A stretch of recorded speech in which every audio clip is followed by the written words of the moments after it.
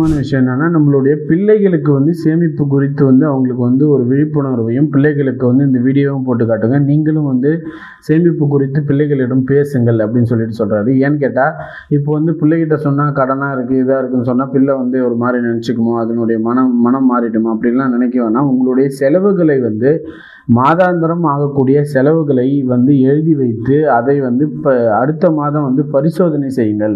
பரிசோதனைனா கலந்தாய்வு, குடும்பம் மூலியமாக சேர்ந்து எவ்வளவு இந்த மாதம் செலவாயிருக்கு அப்படின்னு சொல்லிட்டு உட்காந்து குழந்தைகளோடு உட்காந்து கலந்துரையாடல் செய்து எதனால் அதிகமாக செலவானது என்பதை வந்து திட்டமிடுங்கள் அப்படின்னு சொல்கிறது. அப்போ அந்த செலவுகளை வந்து கொஞ்சம் கொஞ்சமாக குறைக்கும் போது நம்மளுடைய சேமிப்பு வந்து அதிகமாகும். அப்போ சேமிப்பு அதிகமாகும் போது நம்மளுடைய வாழ்நாள் வந்து பின்னாடி வந்து ஒரு சுமூகமான வாழ்க்கையை வந்து நம்மளால் நடத்த முடியும். ஸோ அதனால் வந்து குழந்தைகளோடு சேர்ந்து செலவுகளை என்னென்ன விஷயங்கள் நடக்கிறது, குடும்ப விஷயங்கள் என்பதை வந்து கலந்துரையாடல் செய்து ஒரு முடிவுக்கு வந்தால்தான் ஒரு சுமூகமான வாழ்க்கையை வந்து நம்மளால் வாழ முடியும்.